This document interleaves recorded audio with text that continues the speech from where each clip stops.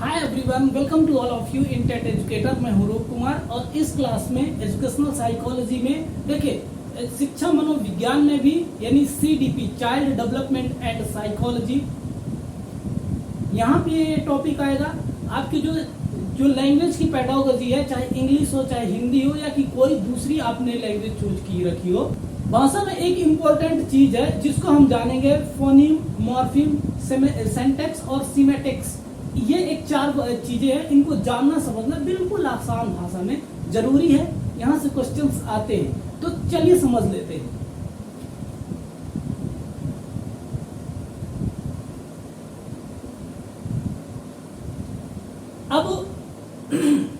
अब सिंपल सी बात यदि ये जानना चाहें कि लैंग्वेज यानी भाषा क्या है, ठीक, भाषा क्या है, तो भाषा यदि बिल्कुल आसान शब्दों में जानना चाहें, समझना चाहें, तो भाषा क्या है?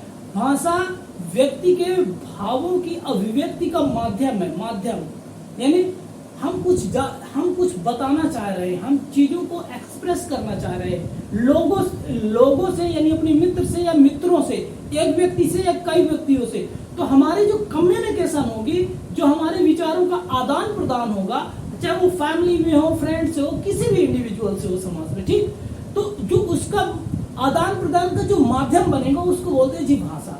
और भाषा कैसे डेवलप होती है अपने स्वरूप में, और एजुकेशनल साइकोलॉजी भी यहाँ से कौन से एक इम्पोर्टेंट टॉपिक है जहाँ से क्वेश्चंस आते हैं, इस बात को इस क्लास में डिस्कस करेंगे। तो ये जरूर हो सकता है कि आपका भाग्य बढ़िया से साथ देगा और यहाँ से आपको एक आध क्वेश्चन मिल जाएंगे कि ये कॉन्सेप्ट क्लियर रहेगा तो जरूर आपको कहीं ना कहीं लॉ मिलेगा। तो भाषा की जो सबसे छोटी इकाई होती है उसको बोलते हैं स्वनिम या फोनिम्स, इसको अंग्रेजी में बोलते हैं। हिंदी में इसको बोलते हैं जी स्वनिम।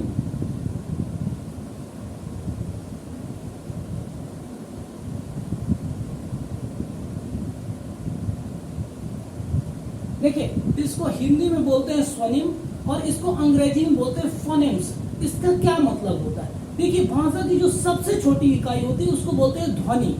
उसको क्या बोलते हैं? ध्वनि, साउंड। अंग्रेजी में देखिए साउंड। और इनकी कैरेक्टरिस्टिक्स क्या होती है स्वनिम्स की, कि इनकी खुद में कोई वैल्यू नहीं होती, यानी ये अर्थपूर्ण नहीं होते। केवल ध्वनियां कोई आपको अर्थ भाषा में नहीं प्रदान करती। जैसे मैं आपके सामने लिख दूं का, ठीक है, भाषा की सबसे छोटी इकाई है, ठीक है, हिंदी भाषा की। अब इससे आप क्या मीनिंग निकाल सकते हैं? कुछ भी नहीं। क्या अर्थ निकाल सकते हैं? कुछ भी नहीं।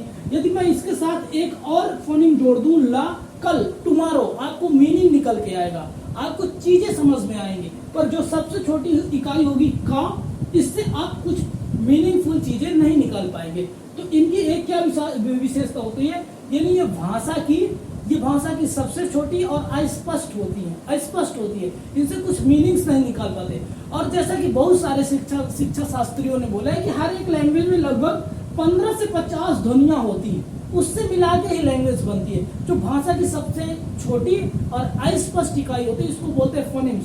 अब हिंदी में देख ले, का हो सकता है, अब आप इसमें देख सकते हैं आ हो सकता है। इसमें स्वर या व्यंजन अलग अलग जो इस ध्वनियां होती हैं उनको फोनिम्स भाषा में बोला जाता है। और जो सेकंड स्टेज होती है उसको बोलते हैं रूपिम, इसको अंग्रेजी में बोलते हैं मॉर्फिम।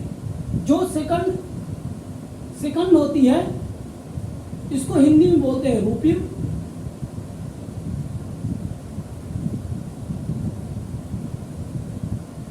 इसको हिंदी में बोलते हैं रूपिम या इसको अंग्रेजी में बोलते हैं मॉर्फिम। देखिए, ये भाषा की सबसे छोटी, याद रखें थोड़ा सा डिफरेंस है, भाषा की सबसे छोटी और अस्पष्ट की जगह स्पष्ट इकाई होती है, यानी छोटे छोटे शब्द। जैसे मैं ये जोड़ दूं, कल, रात, कमल, ये सब क्या है? भाषा की, हिंदी भाषा की क्या है? मॉर्फिम, छोटे छोटे शब्द, इनको बोलते हैं मॉर्फिम। ये स्पष्ट भाषा के स्पष्ट या कि मीनिंगफुल तत्व होता है, इनसे भाषा धीरे धीरे डेवलप होती है। और ये दोनों में आप पाएंगे कि बच्चे के जो भाषा का विकास है उससे भी जुड़ा हुआ है। बच्चा भी पहले अस्पष्ट ध्वनियां ही निकालता है, उसके बाद छोटे छोटे शब्द बोलता है, पापा, मम्मा, पानी, ऐसे कुछ शब्द निकालता है ना। तो ये इससे भी थोड़ी मनोवैज्ञानिक रूप से कनेक्टेड है। तो जो सेकंड स्टेज होता है इसको बोलते हैं मॉर्फिम। इसके बाद जो थर्ड स्टेज आती है उसको बोलते हैं सिंटैक्स,